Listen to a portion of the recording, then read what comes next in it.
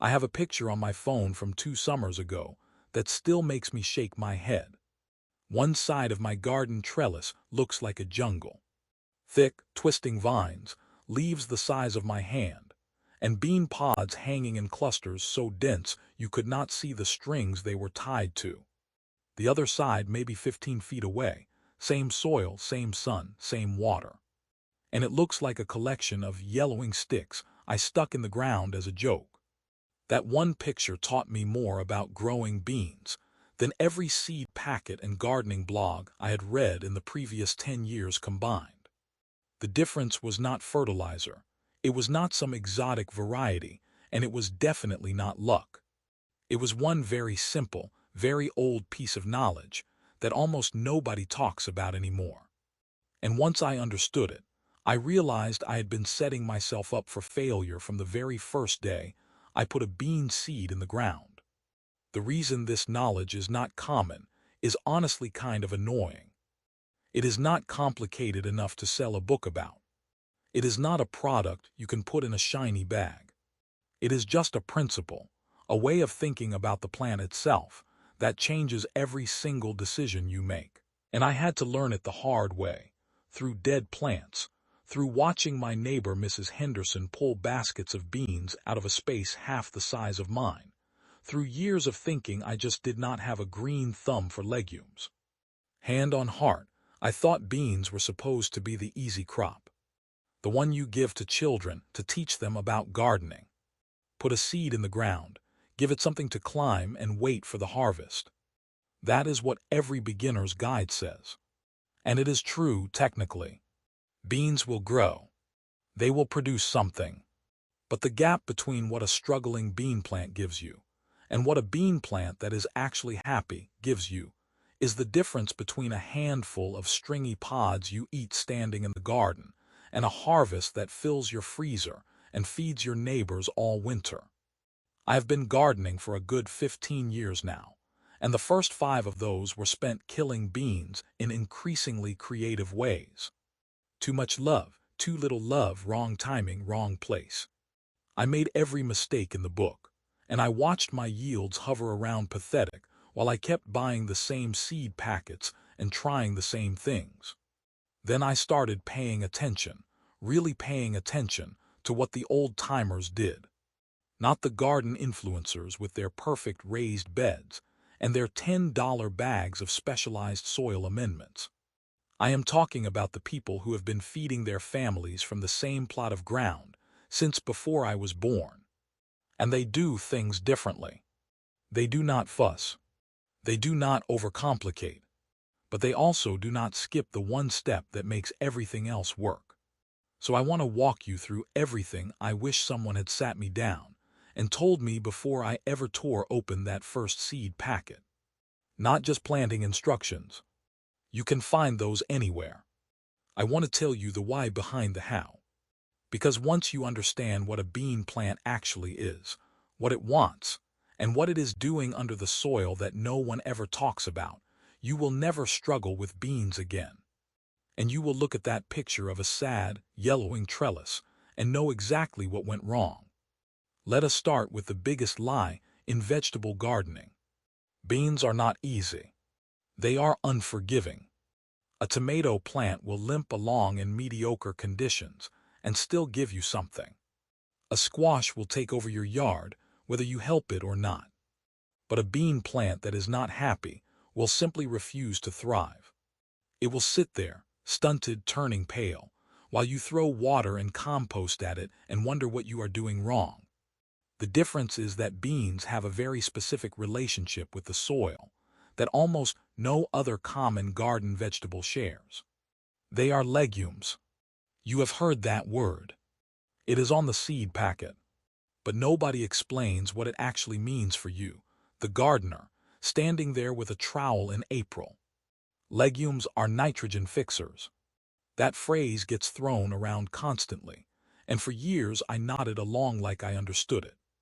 What it actually means is this.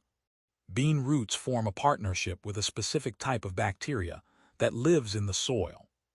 Rhizobia bacteria. These bacteria colonize the roots, forming little nodules that look like tiny lumps. You can dig up a healthy bean plant and see them. They are about the size of a peppercorn, pinkish or white inside. And inside those nodules, a trade is happening. The plant feeds the bacteria sugar that it made through photosynthesis. In return, the bacteria pulls nitrogen gas out of the air spaces in the soil and converts it into a form the plant can use. The plant is literally manufacturing its own fertilizer, right at the root level. Now here is the thing that I wish I had known from day one. That partnership only works if the bacteria is already in your soil. And if you have never grown beans in that spot before, or if you have been using chemical fertilizers heavily, there is a very good chance the right bacteria is simply not there.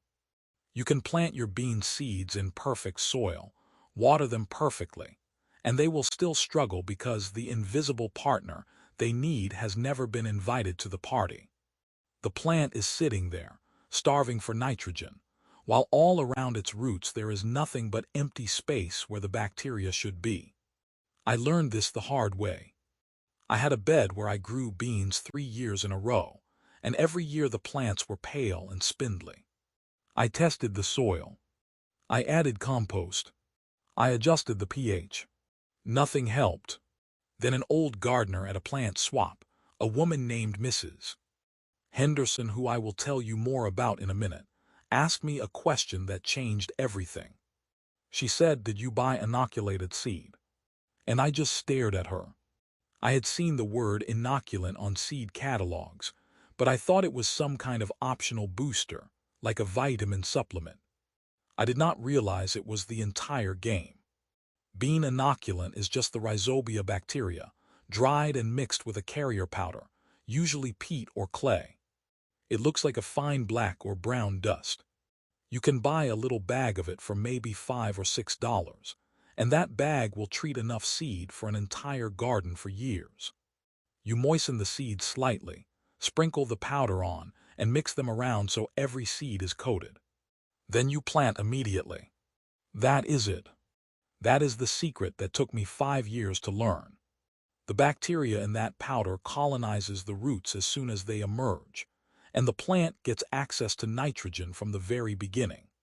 The difference in growth is not subtle. It is like someone flipped a switch. The leaves turn deep green instead of pale. The stems thicken. The plants take off. Now, if you are thinking that this sounds like a product pitch, let me stop you right there. I am not selling anything. I do not have a brand of inoculant. And in fact, here is the part that makes this whole thing even more interesting. If you have healthy soil that has grown beans successfully before, you probably already have the bacteria living there. The inoculant is most critical when you are planting in a new bed, or in soil that has been heavily treated with synthetic nitrogen fertilizers, which can suppress the bacterial colonies. But even in established gardens, I still use it every single year, because it is so cheap, and the results are so consistent. It costs less than a single coffee from a vending machine, and it is the difference between a plant that survives and a plant that thrives. There is another piece to this nitrogen puzzle that nobody tells you, and it explains why my beans on one side of the garden were amazing, and the beans 15 feet away were pathetic. Once I understood the bacteria, I thought I had it all figured out. So I planted a big row of pole beans, inoculated the seeds, and sat back waiting for the jungle. And half the row was exactly that. A jungle. The other half was yellow and sad. Same seed packet. Same inoculant. Same watering. Same sun. I was baffled. I dug up a healthy plant and a struggling plant and compared the roots. The healthy plant had nodules everywhere, clusters of them, pink and plump. The struggling plant had almost none. The bacteria had not colonized it. But why? It took me another season to figure it out, and when I did, I felt like an idiot. I had been feeding the struggling plants. I had been giving them liquid fish fertilizer, trying to give them a boost. And in doing so, I was telling the plant that it did not need the bacteria. Here is the crucial detail. The partnership between the bean and the rhizobia is not automatic. The plant only invests in it when it needs to. If there is plenty of soluble nitrogen already available in the soil, the plant will take the easy path. It will absorb the free nitrogen, and it will not bother forming nodules. Why would it? The whole point of the symbiosis is to solve a nitrogen shortage. If there is no shortage, the plant does not waste energy on housing bacteria it does not need. So my well-meaning fertilizer was actually preventing the symbiosis from forming. The plants on the other side of the trellis had not been fertilized. They had been forced to fend for themselves, so they built the bacterial partnership, and once that partnership was established, they had access to a steady, continuous supply of nitrogen that my fertilized plants could never match. The fertilized plants got a quick hit of nitrogen when I watered, and then it washed away. The unfertilized plants had their own personal nitrogen factory running 24 hours a day, 7 days a week, right at the root tip. This is the kind of thing that sounds backwards until you see it with your own eyes. We have been trained to think that more feeding equals more growth. But with beans, the best thing you can do is create a slight nitrogen deficit early on, so the plant builds the system it needs to thrive later. I now intentionally avoid adding any nitrogen to my bean beds. I add phosphorus and potassium, which support root growth and fruiting, but no nitrogen at all. No manure, no blood meal, no fish emulsion. The beans do not want my help. They want me to get out of the way and let them do what they have evolved to do. This leads me to the next thing I wish I had known, which is about timing. And I do not just mean frost dates. I mean understanding what a bean seed actually needs to wake up and start growing, and how easy it is to get that wrong. Bean seeds are large, and they have a hard outer coat. That coat protects them in storage, but it also means they need very specific conditions to germinate. The number one mistake I made in my early years, and the number one mistake I see other gardeners make constantly, is planting beans too early. We get a warm weekend in April, the soil looks ready, and we want to get those seeds in the ground. But bean seeds are not like peas. Peas can handle cool soil. Beans will rot. The soil temperature for beans needs to be at least 60 degrees Fahrenheit, and ideally closer to 70. Not the air temperature. The soil temperature, 4 inches down. If you put a bean seed in 50-degree soil, it will sit there, absorbing water, and the embryo inside will simply die. The seed coat will crack, fungus will move in, and you will get zero germination. I have done this more times than I care to admit. I would plant a whole row, wait 2 weeks, see nothing, and then dig around to find a row of mushy, disintegrating seeds. Then I would replant, and by the time the second planting came up, it was already late in the season. The solution is simple, and it costs nothing. Wait. Just wait. But if you must plant early, or if you have a short season, there is a trick that misses. Henderson taught me that I now use every year. Pre-sprout your beans indoors. Take a damp paper towel, lay the seeds on it, fold it over, and put it in a plastic bag or a container somewhere warm. On top of the fridge is perfect. Check them every day. Within 3 to 5 days, you will see a little white root emerging from each seed. That is the radicle, the first root. At that point, you can plant them outside, even if the soil is still a bit cool, because the seed has already broken dormancy. The root is growing, and it can handle conditions that would kill an unsprouted seed. This also solves another problem I used to have constantly, which is uneven germination. You plant a row of 20 seeds, and 15 come up in a week, and then 3 more straggle in over the next 10 days, and 2 never show up at all. Now your row is patchy, and the late plants are always smaller and weaker because they are competing with their older siblings. Pre-sprouting gives you perfect uniformity. Every seed that goes in the ground has already proven it is viable and ready to grow. You get a full, even row every single time. There is one more timing mistake that I have to mention, because it is so common and so devastating. Do not soak bean seeds overnight before planting. I know. Every gardening book from the 1970s tells you to do this. Soak your beans to soften the coat and speed germination. And for some seeds like peas, this works fine. But bean seeds are different. They absorb water very quickly, and if they absorb too much too fast, the cells inside can rupture. The seed essentially drowns before it even gets in the ground. I have killed more bean seeds in a jar of water than I have ever killed in the garden. If you want to speed germination, use the damp paper towel method I just described. It gives the seed exactly the moisture it needs, no more, and it allows air to circulate. The seed can breathe. In a jar of water it cannot. Now let us talk about soil, because this is the other area where I spent years doing exactly the wrong thing. I used to prepare my bean beds the same way I prepared beds for tomatoes or squash. Deeply dug, heavily amended with compost and manure, rich and fluffy and dark.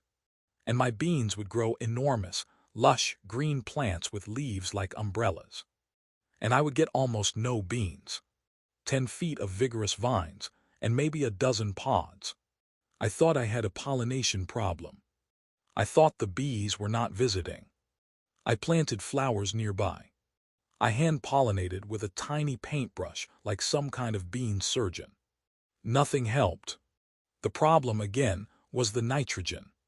All that compost and manure I had worked into the soil was providing a constant flood of available nitrogen. The plants were loving it. They were growing like crazy. But beans, like many plants, have a survival strategy. If conditions are too good, if nutrients are unlimited, the plant puts its energy into vegetative growth. Leaves and stems and more leaves. It does not feel any urgency to reproduce. Why would it? It is living the good life. It will get around to making seeds eventually, when it feels like it. But when conditions are a little bit tougher, when nitrogen is limited, the plant gets a signal that says, hey, maybe this party is not going to last forever. Better make some seeds while I can. And it shifts into reproductive mode. Flowers, then pods, then beans. So the secret to a heavy bean harvest is, counterintuitively, to grow them in soil that is just a little bit lean. Not poor soil, not depleted soil, but soil that is not overloaded with nitrogen. I now grow my beans in beds that get a moderate amount of compost, nothing fresh, nothing high nitrogen. I add a bit of bone meal for phosphorus, which supports flowering and root development, and a bit of wood ash or kelp for potassium, which supports overall plant health and pod formation. But I keep the nitrogen inputs very low.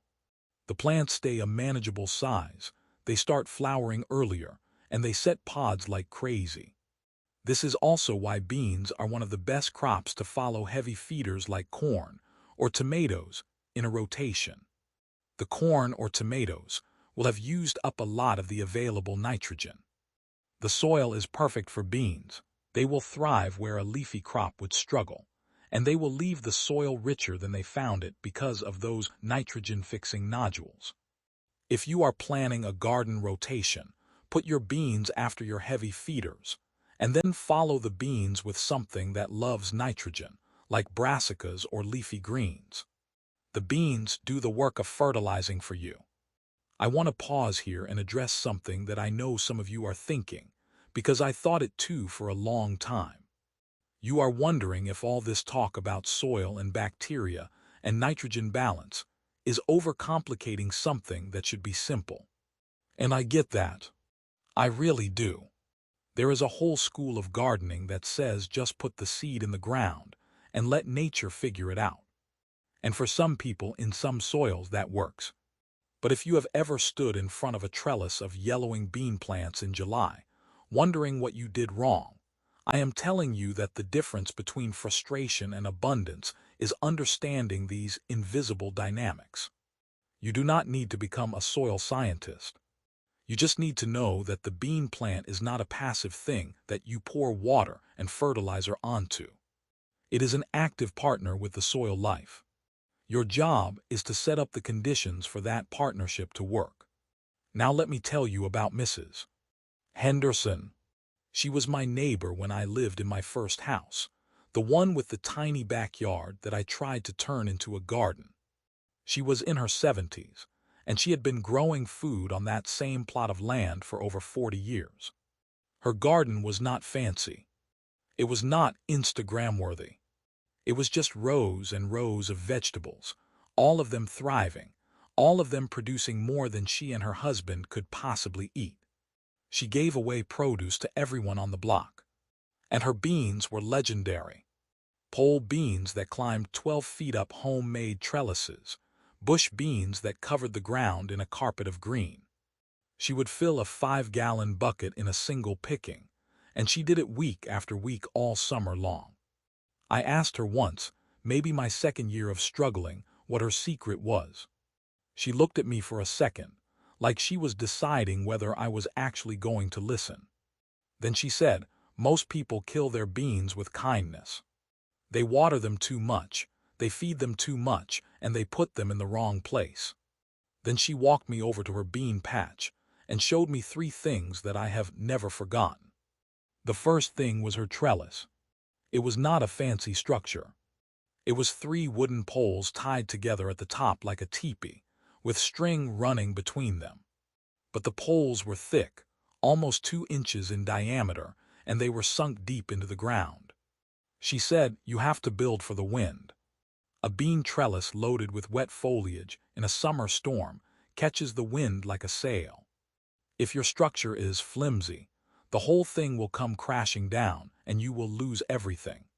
She had learned that the hard way, she said, the summer of 1983, when a thunderstorm flattened her entire bean crop the week before harvest. She never made that mistake again.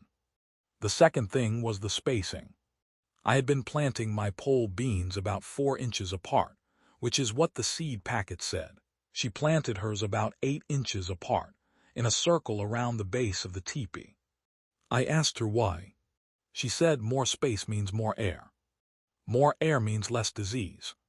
And the plants will fill in the gaps anyway, because pole beans want to climb and spread. Crowding them does not give you more beans. It gives you a tangled mess of foliage that stays damp and breeds fungus. She was right. I have since learned that good air circulation is one of the most underrated factors in bean health. Fungal diseases like rust and powdery mildew thrive in still, humid conditions. Giving your plant space is the cheapest disease prevention there is. The third thing she showed me was what she did at the end of the season.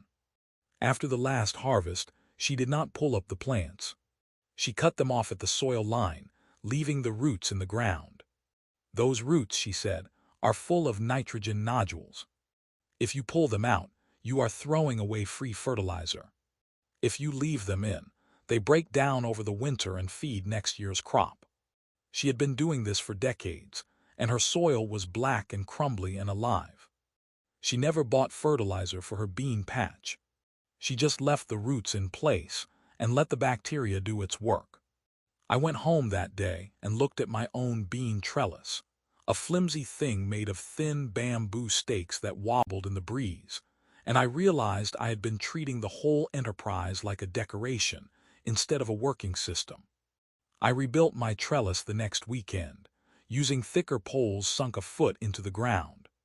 I thinned my plants to the spacing she recommended. And at the end of that season, I left the roots in the soil. The following year, my beans were better. Not perfect, but noticeably better. And each year after that, as the soil biology improved and the bacterial colonies established themselves, they got better still. Let me tell you about watering, because this is another area where the standard advice is not just wrong, it is actively harmful. The standard advice is to give your garden an inch of water per week. That is fine as a rough guideline, but it ignores the fact that beans have a specific vulnerability that other vegetables do not share to the same degree. Beans are extremely susceptible to fungal diseases, and the primary vector for those diseases is water sitting on the leaves. I used to water my beans with an overhead sprinkler, like I did with everything else. And every year around mid-July, the leaves would start showing spots. Rust usually, but sometimes anthracnose or bacterial blight. I would spray fungicides, organic ones, but the diseases always won eventually. The plants would limp along, producing a few more pods, but they were clearly suffering. Then I switched to drip irrigation, a simple soaker hose laid at the base of the plants, and the difference was immediate. No water on the leaves meant no splash-up of soil-borne pathogens, and no moisture sitting on the foliage overnight. The diseases simply did not appear. If you do not have drip irrigation, you can water by hand with a watering can or a hose with a wand, but you have to water the soil, not the plant. Direct the water at the base, under the leaves, and try to do it in the morning so that any water that does splash onto the leaves has time to dry before evening. Wet leaves at night are an invitation to every fungus in the neighborhood. This one change, just keeping the foliage dry, will prevent more problems than any spray you can buy. The other watering mistake I made for years was inconsistent watering. Beans need steady moisture, especially when they are flowering and setting pods. If the soil dries out completely and then you flood it, the plants get stressed. Stressed bean plants drop their flowers. No flowers, no pods. I would go away for a weekend in July, come back to wilted plants, water them heavily, and then wonder why my harvest was so small. The plants had aborted their flowers during the dry spell, and they were not going to make new ones in time. The key is to keep the soil evenly moist, not soaking wet, but consistently damp a few inches down. Mulch helps enormously with this. A thick layer of straw or shredded leaves around the base of the plants keeps the soil cool and slows evaporation. It also keeps the bean pods themselves off the soil, which prevents rot on the bottom pods of bush beans. Let me talk about varieties for a moment, because I made the mistake for years of just grabbing whatever seed packet looked good at the hardware store. And there is nothing wrong with those seeds. They will grow. But beans are not all the same, and choosing the right variety for your climate and your goals makes an enormous difference. I live in a region with hot, humid summers. That means fungal diseases are a constant threat. For years I grew varieties that were bred for cooler, drier climates, and I fought disease constantly. Then I started seeking out varieties that were specifically bred for heat tolerance and disease resistance. Names like rattlesnake, a pole bean with purple streaks that thrives in heat, or yard-long beans, which are actually a different species, Vigna unguiculata, that laughs at summer heat and humidity, or provider, a bush bean that lives up to its name and cranks out beans in conditions that would make other varieties wilt. The point is not that you should grow these specific varieties. The point is that you should pay attention to what grows well in your area. Ask at your local farmer's market. Find the old-timers who have been growing beans for decades and ask them what they plant. They will tell you. They are almost always happy to share. The seed catalogs are full of beautiful pictures, but the real knowledge is local. A bean that thrives in the Pacific Northwest might struggle in the Southeast, and vice versa. This is not a failure of the variety. It is just a mismatch of conditions. There is also the question of pole beans versus bush beans, and I have strong feelings about this that I wish I had understood earlier. Bush beans are marketed as the easy option. No trellis needed, quick harvest compact plants. And they are easier in some ways. But they also have a shorter harvest window.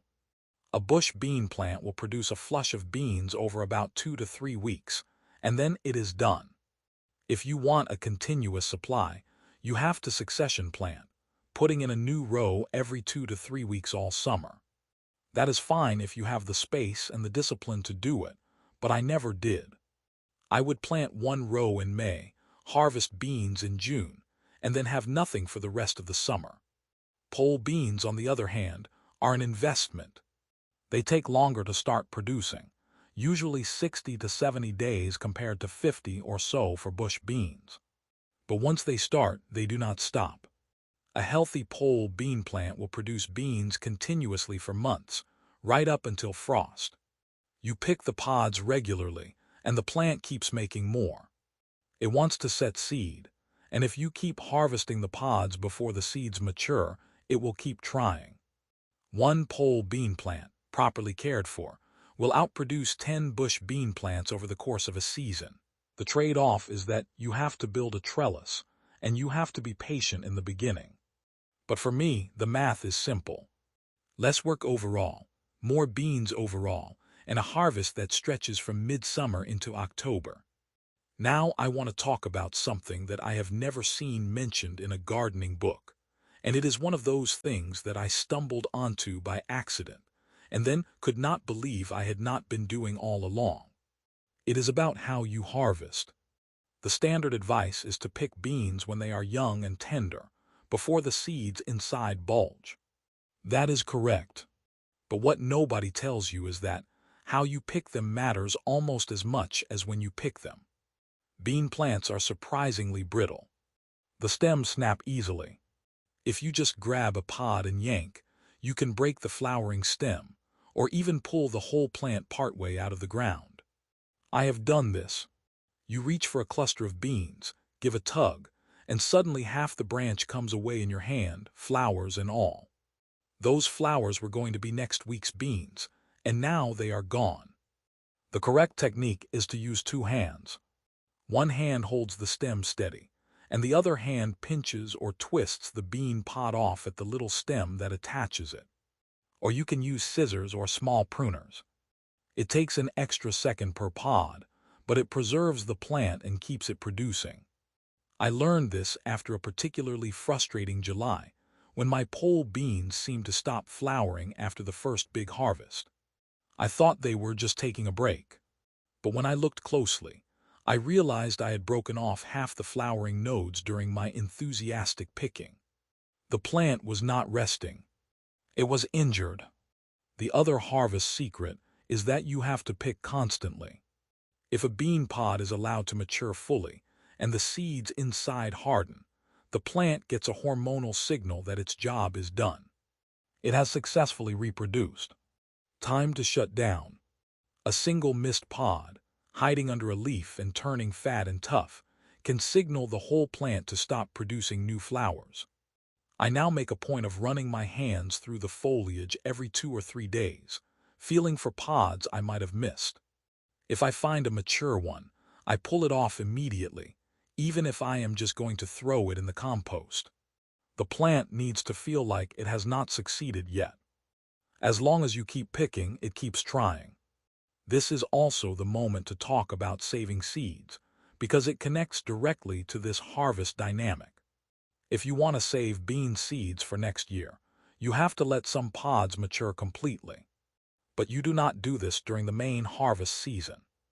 You do it at the end. Mark a few of your healthiest, most productive plants with a ribbon or a stake. Let the last pods of the season stay on those plants until they are dry and brown, and the seeds rattle inside. Then pick them, shell them, and store the seeds in a cool, dry place. Do not save seeds from plants that showed any sign of disease. Do not save seeds from the first pods to mature. Save them from the plants that performed best over the whole season. Over a few years of doing this, you will be selecting for beans that are adapted to your specific garden conditions. Your own landrace variety, essentially free. Let me circle back to something I mentioned earlier, because it deserves its own section. Mulch. I used to think mulch was optional, something you did if you wanted your garden to look tidy. I was wrong. Mulch is not optional for beans. It is essential. Bean roots are shallow and fibrous. They spread out just under the soil surface, and they are very sensitive to heat and drying. A bare soil surface in July can reach temperatures that literally cook those shallow roots. The plant wilts, the flowers drop, and you wonder why your beans are struggling even though you are watering. A thick layer of mulch, at least 3 inches, keeps the soil cool and moist. It also suppresses weeds, which compete with those shallow roots for water and nutrients. And as the mulch breaks down, it feeds the soil life that supports the nitrogen-fixing bacteria. I use straw because it is cheap and available, but you can use shredded leaves, grass clippings that have not been treated with herbicides, or even just a thick layer of compost. The key is to apply it after the soil has warmed up in the spring. If you mulch too early, you insulate the cold soil and slow down the germination of your beans. Wait until the plants are a few inches tall, then mulch heavily around them, right up to the stems. The difference in plant health and yield is dramatic. There is one more thing, and it is the hardest lesson I have ever learned about gardening. Sometimes you have to let a crop go. I have spent whole summers fighting to save a bean planting that was clearly failing. Spraying for diseases, watering obsessively, trying every remedy I could find. And at the end of it all, I got a handful of sad beans and a lot of frustration. What I should have done was pull the plants, compost them, and replant. Beans grow fast. In most climates, you can get multiple plantings in a single season. A late July planting of bush beans will produce in September, often in cooler, less disease-prone conditions than the summer crop. But you cannot do that if you are clinging to a failing first planting, hoping it will turn around. The moment I gave myself permission to fail, to rip out a crop that was not working and start over, my gardening life got immeasurably better. It is not a moral failing to have a crop fail. It is just information. The soil was too cold, or the variety was wrong, or the disease pressure was too high. Learn the lesson, adjust, and plant again. The season is longer than you think. I want to end with something that Mrs. Henderson told me years ago that I did not fully understand until recently. She said, "The garden is not a factory. You are not a manager. You are a partner. The plants know what they are doing. They have been doing it for millions of years. Your job is not to control everything. Your job is to pay attention, to notice what the plants are telling you, and to give them what they need to do their own work. Beans do not need you to feed them. They have a billion-year-old partnership with bacteria that does that. They do not need you to protect them from every stress. A little bit of struggle makes them stronger and more productive. They do not need you to fuss over them constantly. They need you to build a good trellis, keep the leaves dry, harvest regularly, and otherwise get out of the way. If you take nothing else from this, take this. Before you plant your beans this year, get some inoculant. It costs almost nothing. Build a trellis that can hold up to a thunderstorm. Water the soil, not the leaves. And then step back and watch. Because once you set up the right conditions, beans will do what beans do, and they will do it better than anything you could force them to do.